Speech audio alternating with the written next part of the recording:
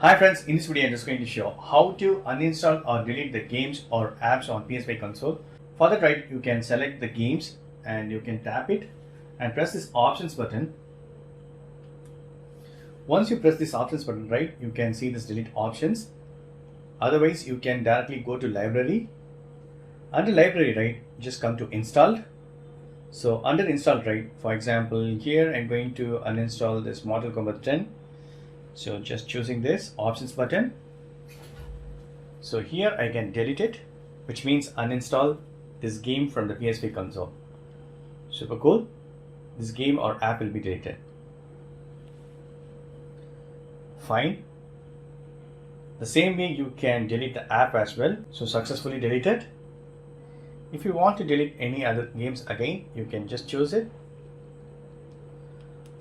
Press this delete option. It will be asking for confirmation. You can delete it, whether it can be a game or app. So that's all. And going back and even right media, I can choose this YouTube and press this options button, so I can delete it. So that's all friends. Hope this video will be very much helpful. Thank you so much. Take care. Bye.